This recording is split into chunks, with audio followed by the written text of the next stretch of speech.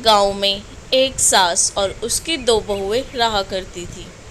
वह आपस में लड़ती झगड़ती रहती थी और एक दूसरे को भला बुरा कहती थी। अरे सुनती हो बहुओं, कहाँ मर गई दोनों की दोनों। लगता है ऐसे भूखा ही रहना पड़ेगा इनके इंतजार में, पता नहीं कहाँ मर गई। तभी दोनों बहुएं गुस्से में आती हैं और बोलना चालू करती हैं। क्या हो गया, इतना क्यों चीखी जा रही हो? कौन सा हम मर गए हैं? आ तो रहे हैं, बोल तो दिया ना। आए दिन चीखती रहती हो, चीखती रहती हो। दुनिया वालों को क्या दिखाना चाहती हो कि तुम्हारी बहुएं सही नहीं हैं?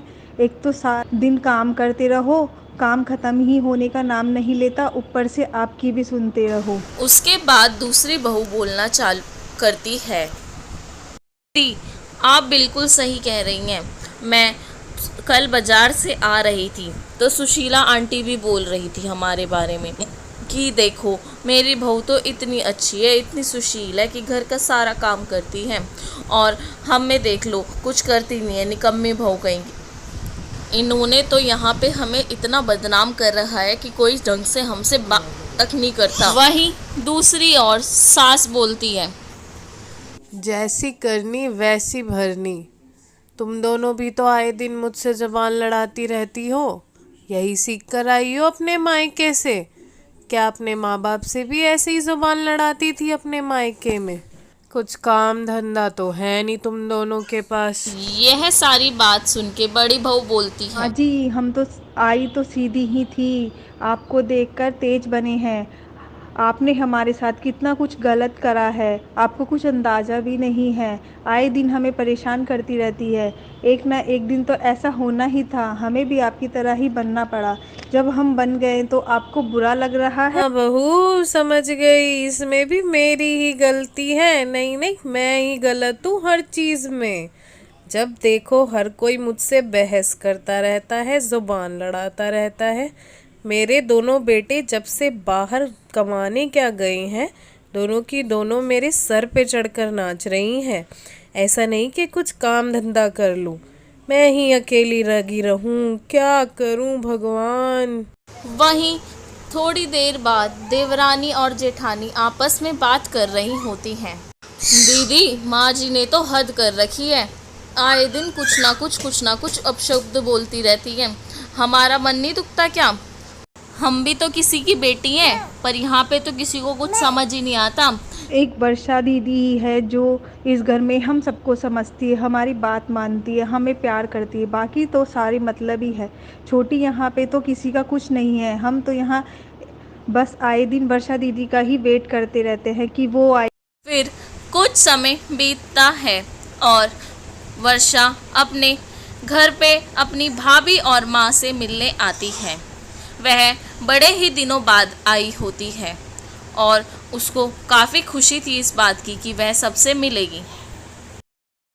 अरे वर्षा, तुम आ गई? अरे वाह मेरी बच्ची, तुम आ गई, अच्छा किया तुमने। तुम्हें पता है मैं यहाँ कितनी अकेली पड़ गई हूँ। दिन भर अकेले ही बैठी रहती हूँ, अकेले ही काम में लगी रहती हूँ।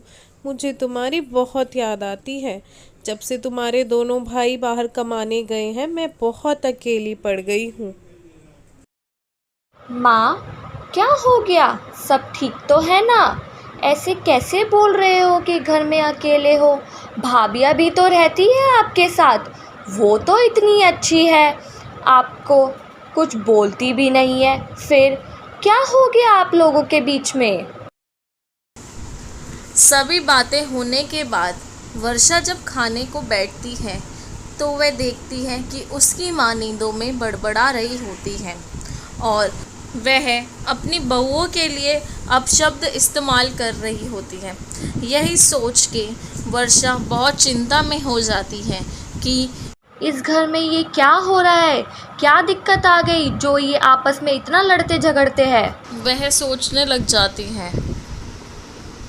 दूसरी ओर माँ अपने बेटों को याद कर बोलती है, बेटा तुम आ जाओ, यहाँ पे कुछ ठीक नहीं चल रहा। नींदों में इतनी सारी बातें बोल के वर्षा का तो जैसे दिमाग सा ही खराब हो जाता है उसको लगता है कि माँ कुछ ज़्यादा ही तकलीफ़ में है और उनकी तकलीफ़ वर्षा से देखी नहीं जाती और वह अपनी माता को उठते ही पूछती है, क्या हो गया माँ, किस बात से तुम इतना परेशान हो।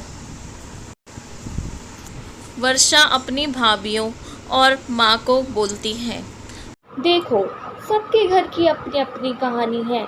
जहाँ सुख है वहाँ दुख भी है। तो ऐसा तो नहीं हो सकता ना कि हम एक दूसरे से रिश्ता ही तोड़ दें या फिर एक दूसरे को बुरा भला बोले। वर्षा अपनी माँ को बोलती है, माँ, आप तो शुरू से ही गलत थी भाभीियों के साथ और उनसे कभी ढंग से बात तक नहीं करी।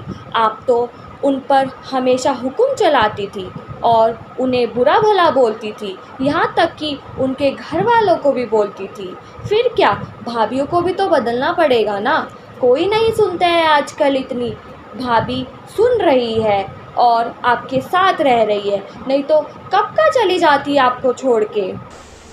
यह सब बातें बोल वर्षा थोड़ी देर चुप हो जाती है और फिर बोलती है, देखो माँ, भाभी, आप लोगों का घर है, जैसा आपको ठीक लगे वैसा करिए।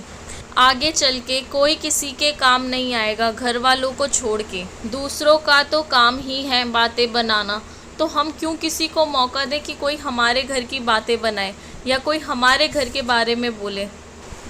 यह सभी बातें सुन के वर्षा की माँ और उसकी भाभियाँ आपस में एक दूसरे से माफ़ी मांगती हैं और बोलती हैं, ठीक कह रही है माँ जी दीदी, हमें क्यों किसी को मौका देना है।